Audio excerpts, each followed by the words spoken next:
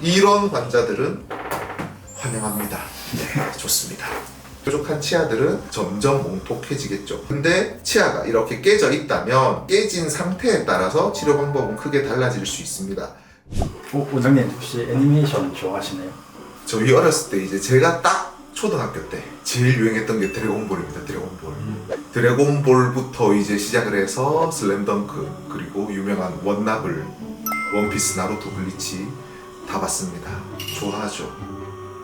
애니를 보시면서 한 번씩 얘네 치아는 왜 이렇게 생겼지라고 혹시 생각하신 적은 있으신가요? 자, 그때는 아무 생각이 없었지만 지금 이제 TV를 볼 때도, 예능이나 드라마를 볼 때도, 쟤는 라미네이트를 했네, 쟤는 교정을 했네, 교정이 필요하겠네, 이런 생각이 안 들 수가 없습니다. 시선이 그쪽으로 가 있기 때문에. 근데 특히나 애니메이션을 보면 이 일을 정성스럽게 그렸는지 대충 그렸는지 그것부터 눈에 들어오기 시작하죠. 그러면은 직업상 저건 어떻게 해주면 좋을 것 같은데, 이렇게 해주면 좋을 것 같은데, 이런 생각이 들 때가 참 많이 있긴 합니다. 그래서 저희가 오늘은 이제 애니별 치아를 준비하고 원장님이 코멘트 해주는 방식을 준비했거든요. 예, 이것도 좀 스트레스 받을 수도 있을 것 같은데, 이가 너무 상태가 안 좋으면 예. 그래서 한번 보실까요?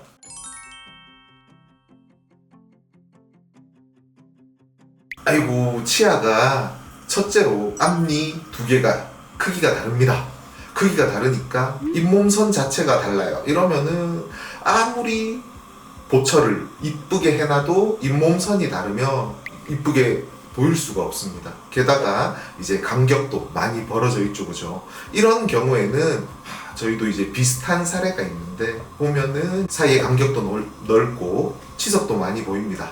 이런 경우에 이제 1차적으로는 임시치아를 만든 다음에 그 임시치아에 맞춰서 양쪽 잇몸 높이를 똑같이 만들어주는 치은 성형술을 먼저 해줄 수가 있습니다.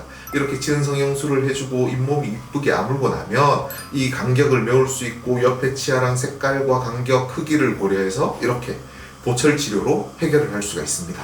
이렇게 보철이 들어간다면 진격의 거인도 심미적으로 아름다운 치아를 가질 수 있겠죠. 네.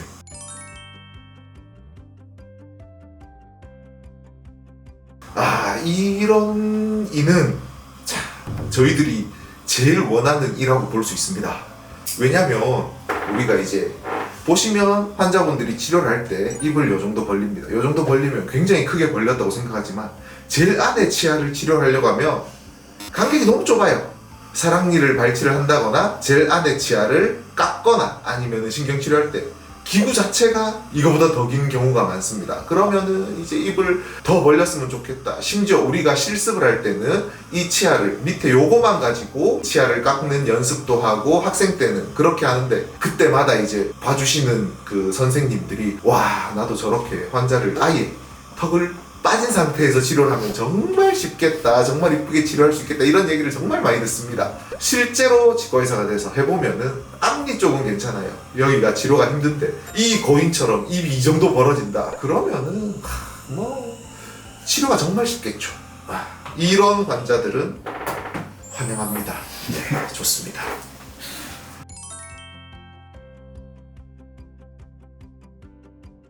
자, 그 다음 이제 스펀지밥 일단 치조골은 있다고 생각을 하고요. 앞니만 있지만 이제 어금니도 같이 있다고 생각했을 때 우리도 비슷한 사례가 있습니다.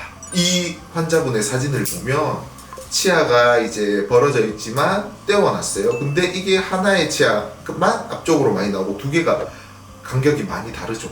이런 이유는 방사선 사진에서 보이다시피 잇몸이 안 좋고 치주염이 심하게 이완이 되면 이렇게 치아가 솟구칩니다. 솟구치면서 앞으로 뻗어져요. 실제로 이 치아를 만져보면 흔들흔들 합니다. 이미 이렇게 뻗어진 치아는 살릴 수가 없어요.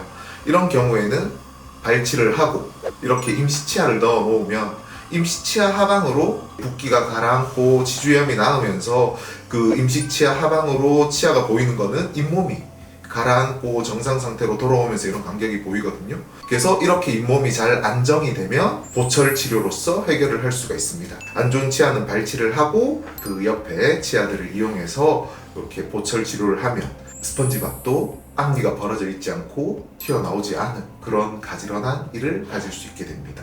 하지만 이렇게 치료를 하고 나서는 다시 또 치주염에 이완되지 않도록 정기적인 스케일링, 정기검진 이런 게 더 중요하겠죠. 그래서 치료보다 유지가 더 중요할 것입니다.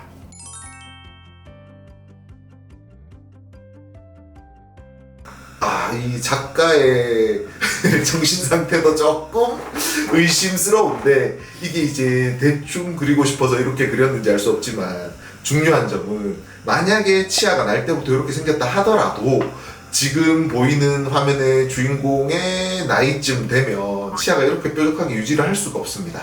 치아는 닳고 이가리가 있든 음식을 씹든 하면서 이렇게 뾰족한 치아들은 점점 몽톡해지겠죠. 그래서 이 친구는 전혀 이를 씹어 먹지 않거나 다른 방법으로 음식을 섭취할 수도 있을 것 같은데 일단 중요한 거는 자기가 지금 이 나이까지 이렇게 살아오면서 불편함이 없었다.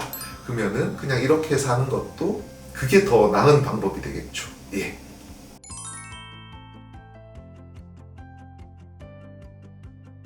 자, 도라에몽도 뭐 제가 알기로는 나이가 많은 걸로 알고 있는데 지금까지 이렇게 살고 있는 거는 뭐 이가 없어도 전혀 불편하지 않은 상태일 수도 있겠죠. 근데 이런 경우에는 크게 두 가지입니다. 전체 임플란트로 하거나 필리로 하거나. 그래서 도라에몽의 남은 수명을 생각했을 때는 좀 더 건강하게 쓸 수 있도록 전체 임플란트가 좋지 않을까 그렇게 생각합니다. 그럼 전체 임플란트 하면 얘네도 보험 혜택도 받고 하지 않을까요? 우리나라 기준으로 만 65세 이상이 되면 2개까지 나라에서 보험 혜택을 받을 수가 있습니다. 근데 도라에몽 이 친구가 정식으로 이제 건강보험료를 내고 건강보험에 가입되어 있는지부터 확인하는 게 중요하겠습니다.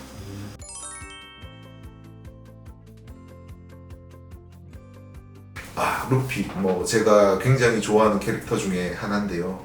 사실 지금 보면 이제 루피가 고무입니다. 고무인데 이가 이렇게 깨질 수 있을지는 모르겠지만 고무가 되기 전에 이가 깨졌을 수도 있겠죠. 근데 치아가 이렇게 깨져 있다면 깨진 상태에 따라서 치료 방법은 크게 달라질 수 있습니다.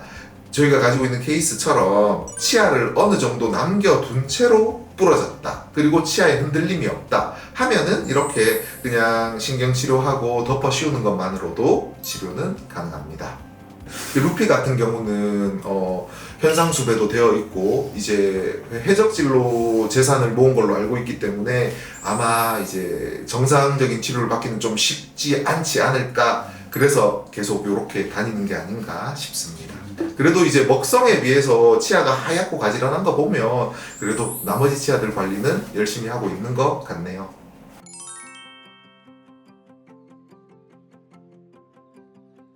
자, 어드벤처 타임.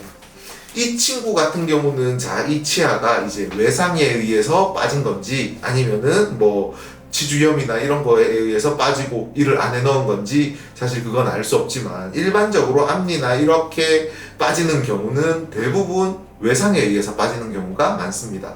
그래서 이런 케이스를 보면 갑자기 넘어져서 부딪혀서 앞니가 빠진 채로 왔습니다. 이런 경우에 엑스레이 사진을 찍어보면 앞니 같은 경우에는 뿌리까지 남김없이 쏙 빠진 상태, 그리고 그 옆에 치아를 보면 이제 자세히 보면 뿌리가 똑 부러져 있습니다.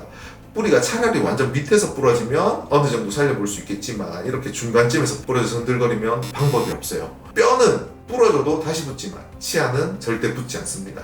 치아가 부러져도 깁스 같은 걸 해놓으면은 붙는다 이러면은 정말 이제 치아 치료도 간단해질 수 있겠고 돈도 많이 절약할 수 있겠지만 아쉽게도 이렇게 부러진 경우에는 발치밖에 답이 없어요. 아까 얘기했다시피 앞니가 없는 경우 이거는 이제 임플란트로 해결한 케이스인데 옆에 치아는 건드릴 필요가 없고 보면은 치석이 굉장히 많고 잇몸이 많이 부어있긴 하지만 치아 자체는 보철적인 치료는 필요 없는 상태이기 때문에 빠진 치아랑 부러진 치아 딱 2개만 임플란트를 심어서 해결한 케이스고요. 이렇게 하면 핀도 이가 빠졌던 게 흔적도 없이 남들은 알아채지 못하게 깨끗하게 회복을 할 수 있겠습니다.